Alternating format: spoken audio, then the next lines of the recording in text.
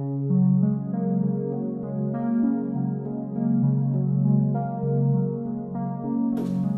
it's October and it's fall, so it's time for Halloween and fall harvest time. I made this harvest bench, what I call harvest bench, with some Halloween colors, and I'm going to show you how I made it. Stay tuned. I start by cutting the legs. The legs are 15.5 inches long. And I set up a stock block on my miter saw. Now you see here I'm cutting the back and the front rails that attach to the legs, and they're 20.5 inches each.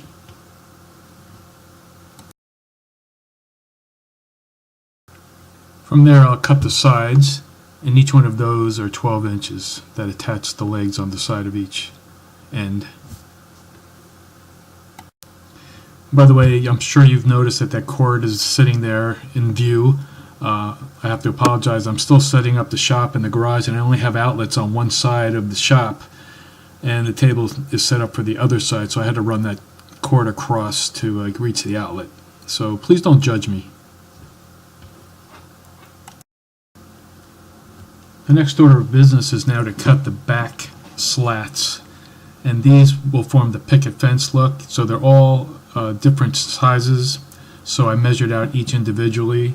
The longest one is 38 inches. That extends all the way down to the bottom and attaches to the leg. Then the next one is 23 inches, and that connects from the bottom rail up, as do the others. The next one would be 21 inches, then 19, then 17. The smallest one is actually 27 inches because that also, the two end pickets attach to the legs, so they go from the bottom of the leg up. So the last one, even though it's shortest, it's 27 inches because it does go down to the bottom of the leg. So as you see here, I'm basically measuring each one and then cutting per measurement.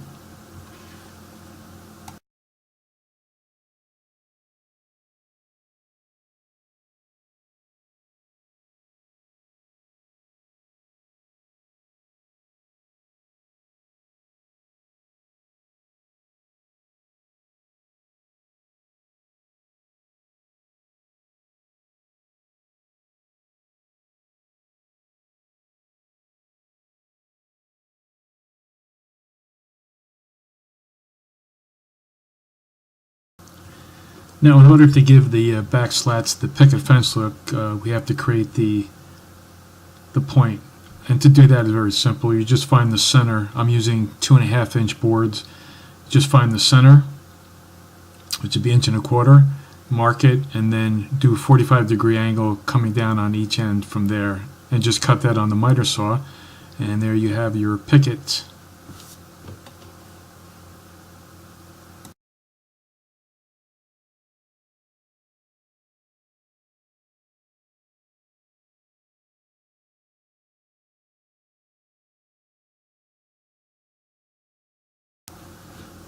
Now the front and the back rails attach to the sides using pocket hole screws.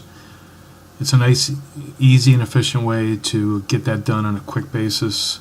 Use my Craig jig here. I'm just drilling holes for 1.25 inch screws to go in there, and it makes quick work of it.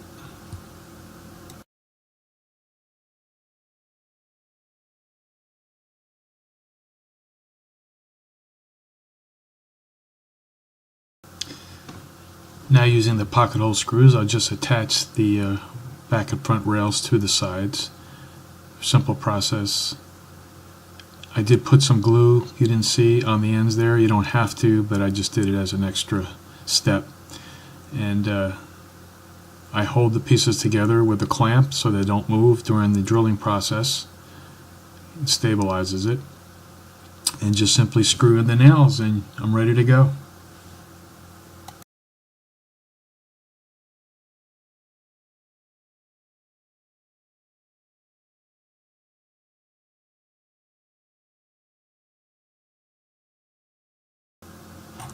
Now it's time to attach the legs, and that's a simple process of just using 1.25 inch deck screws from the inside out to attach them, and 2 screws in each leg.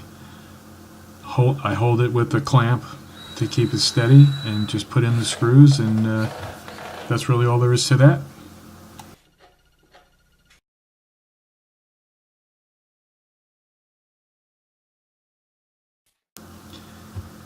I'm now putting the seating slats in. I didn't show you me cutting them.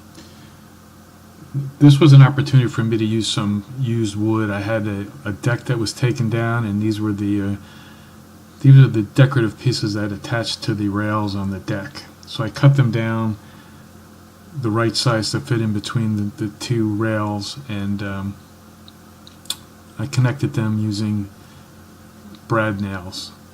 And I used a 2.5-inch deck screw to space as a spacer to space between each of the slats in it. So there's about 12 slats in here. The slats were 10.5 inches long in this case to fit perfectly in there. So basically, it's a repetitive process.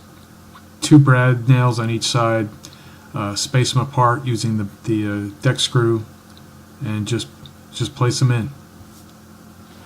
Now there's different ways that you can do this. I'll show you later on. There's another version of this bench where we use just long pieces going long ways across with a little bit of an overhang as your seat. So it really depends on what you want to do.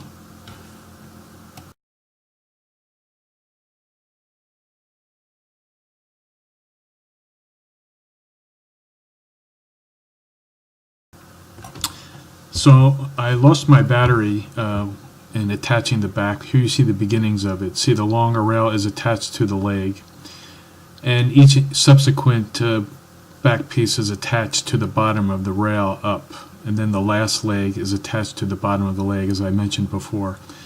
Here you see me put a brace on the back of it just to fortify those pieces a little bit better, checking for level, and just putting a couple of brad screws in each of the connections to the back braces.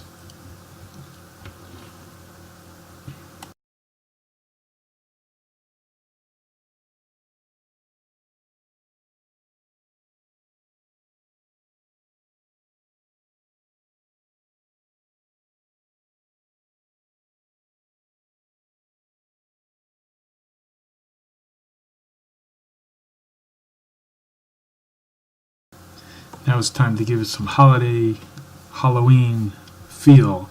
So I got myself some orange spray paint, and I put the first layer of paint on. It went on fairly easy, and really nothing more to say about it.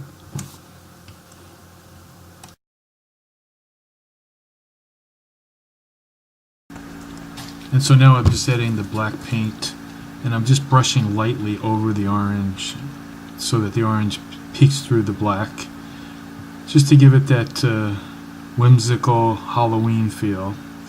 So you could use this to put your pumpkins on, your little witch statues on, anything really fall-like on this bench. It's for decorative purposes only. You can't sit on it, but it's cute for a front porch.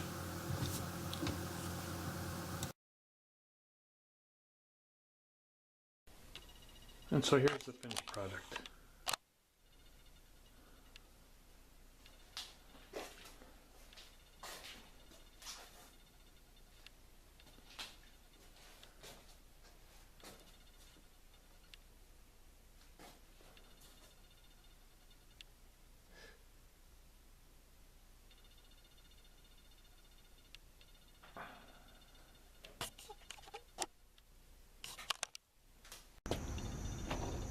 Here's another version of the bench.